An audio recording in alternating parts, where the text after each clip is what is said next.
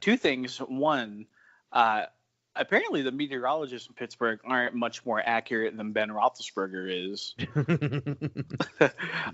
Two, I don't know if you saw, but Antonio Brown dyed his mustache yellow, so that means 6 more weeks of winter. Oh. Yep. I thought that meant he was going to WrestleMania. Oh, that's right, brother.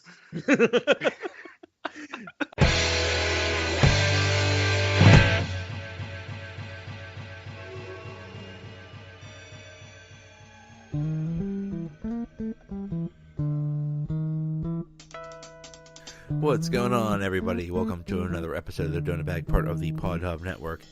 In this episode, I welcome back Donnie Druin from SteelersNow and the Pylon Podcast. And we talk all things Steelers, try to make sense of all the craziness going on. There's a lot of it. Anyway, the Donut Bag starts right now. All right, all kinds of stuff going on with the Steelers. With me to talk about it, I welcome back Donnie Druin from SteelersNow and the Pylon Podcast. How are you, Donnie? Joe, I'm good. It's getting closer to March, so I'm getting ready to watch the Duke North Carolina game as we speak. Getting ready to kind of prep myself for March Madness, fill out the brackets. But you know what? I need to do that still. I have no idea what's going on. I know Zion Williamson is the greatest player that ever lived, and so obviously you just got to fill out the other 60 some brackets because obviously Duke is going all the way, and 63 other teams in Duke, right, because that's how that works. Actually, I have terrible news. This just came in today. This is actually breaking news on the Donut Bag podcast. The Steelers, they're not even going to play this year. They are forfeiting the 2019 season. They're losing Antonio Brown. They're losing Le'Veon Bell, and that's it. There won't even be a 53-man roster. It'll be a 51-man roster. They're not even going to. It's like when you retire a number. They're retiring those roster spots. They're not even going to field a full team. Well, it's a good thing we'll be able to keep warm with everybody burning their jerseys. They're burning their jerseys, and also their hot takes. That's also keeping us warm. Oh my goodness. We were talking before we started. Social media has been just crazy. I've seen so much of people that hate the Steelers and even Steeler fans saying, well, that's it. There's the window. The window's closed. That's it. There's no way the Steelers can recover from losing Le'Veon Bell and Antonio Brown, and that's it. We're done. The best people are the people that try to loop other players that aren't involved in. I don't know if you saw, but I put out a Twitter poll today, hey, who's more of a villain in your eyes, Antonio Brown or Le'Veon Bell?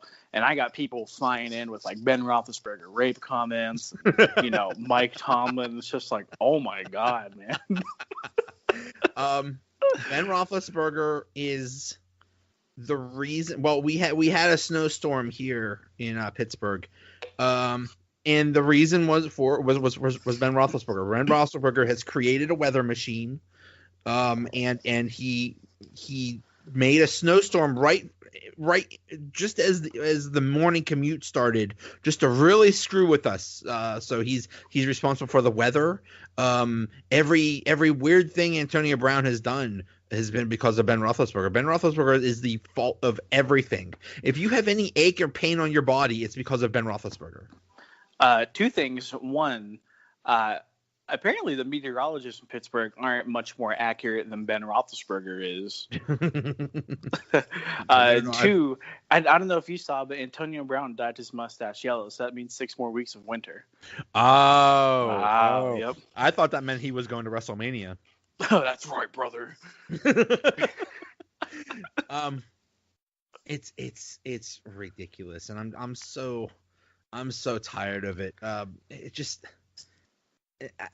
In my opinion, Ben is getting way too much blame and for some reason the national quote unquote experts have decided that Antonio Brown is just a poor innocent figure, and it's that horrible Ben Roethlisberger that says mean things to him on his radio show, and that's why and that's the reason for Antonio Brown leaving the Steelers. It really just depends on who you talk to and where you live, I suppose. I've heard maybe 10 or 12 different reasons why Antonio Brown is leaving the Steelers. Ben Roethlisberger being 10 or 12 of those reasons. Yeah. You can say what you want. Personally, I don't think Ben should, do his radio show gig. That's a whole nother topic of discussion. But luckily, Steelers general manager Kevin Colbert came out and said today that, Ben is 100%, a bona fide leader, and players should kind of take up after him. And it's kind of refreshing to hear somebody in the Steelers upper management come out and, back their franchise quarterback up. Yeah.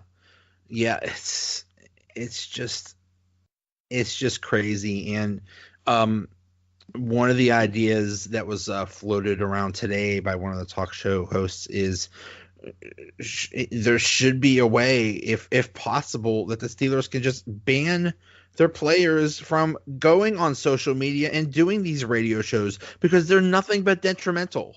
There's no good that comes from them going on social media, and the Ben's radio show has caused a lot of problems. So if possible, I know it's there. I think there's no way it's even possible, but they should just ban it.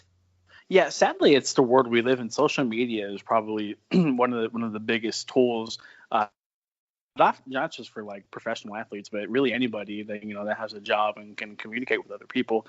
So I think it'd be extremely hard to put a limit on social media, especially for players, where the NFL wants these guys to engage with fans and kind of get their following up. So yeah. So you brought up a poll, basically, who's the bigger villain? Antonio Brown or Le'Veon Bell. Another poll I saw was, who is going to have the better season in 2019, Le'Veon Bell or Antonio Brown? I don't know. I think they're both going to suck. Really? I think Antonio will be able to produce. I'm going to take the cop-out answer. It just depends on where they go. It's entirely dependent on who gets in. Here's my dream scenario. They both end up on the Jets. I thought you were going to say Buffalo there for a second, because Buffalo would be nice been too. The other team. Yeah. The only business that's booming in Buffalo is like the kerosene heater business or something. Hey, and Buffalo wings. And Buffalo wing, yeah. But I keep hearing that Le'Veon Bell he's out of shape. He's not going to have that desire to become, the best. And he's not going to be training as hard as he used to because he's been away so long, and he's fat and all this other stuff. So we'll see. And yeah, you're right. It depends on where they go. The other topic is, what do you think they'll get for Antonio Brown? Do you think they'll actually get a first rounder, or are they lucky to get a second or third rounder? That's the golden question, and that's kind of what we're going to have to wait and figure it out. I don't think we'll see Antonio Brown traded for quite a while, just because if he's traded from the start of the league year, which is March 13th, all the way up until March 17th, so that's a 5-day window, the Steelers would eat about $21 million in dead cap space if they traded him. So if they hang on to him, they would have to pay him like a $2.5 million signing bonus. But if they trade him after June 1st, they would be able to spread that dead cap space out within the next 2 years. So personally, I think that's the smarter way to go. Just because if you're not going to have this guy on your team, why have him take up what is it, a 1/10 of your salary cap? Right. Even if that. For nothing. Yeah. Yeah, but it's such a hard thing to gauge, because if you're judging it off of talent alone, yeah, he's absolutely worth a first round pick. But you also have to take in consideration he's 31 years old. We all saw his Instagram live rant. He wants more guaranteed money. And, you have to assume that a new contract extension, or at least, a reworked, restructured deal, is going to be in the works before Antonio Brown plays football again, because he's not due any more guaranteed money. Whenever the Steelers converted his 2018 base salary into a signing bonus, that was it. So, anything can happen to him in the next 3 years, and he's not owed a single penny. And I think that's kind of Antonio's big beef is I think it's all about money. So, that's why you're seeing teams with a lot of cap space linked to trading for Antonio Brown. It's just tough. With, you consider all the off-field antics as well, and how he's become kind of this big-headed diva, and you never really know what you're going to get from him. It's like, well, how much does that impact them? And sure, the Steelers can come out and say, hey, we're not going to settle for any deals on Antonio. We're not giving any discounts. That's all fine and great. But it doesn't matter what you think of Antonio or how much he's worth. It matters what other teams think. It's funny. That's a big question. It's funny.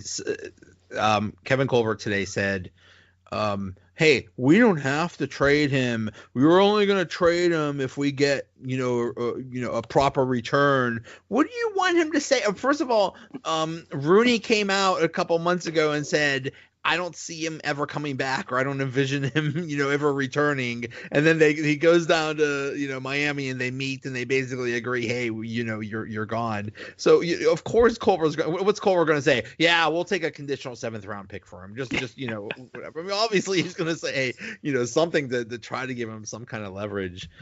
But another good poll I saw, I think it was about 50-50, was what's the real reason that Antonio Brown left? Was it because he has a beef with Ben, or is it because he wants a new contract? I kind of think it might be this all this social media craziness might be a trick, and this might just be all about a new contract. Although I would think if it was about a new contract, he would, quote unquote, try to hold out and try to get more money from the Steelers or something. Yeah, and you look at his behavior on social media, and it's sporadic to the point where people think he's gone bat, crazy. You see all the posts, and he dyed his mustache blonde, like we referred to earlier. He has this blue sour gummy worm in his hair now. It's just it's so different. It's a snack. Just so sporadic. For whenever he gets hungry, it's smart. Yeah. But I think it honestly might be a healthy mixture of both.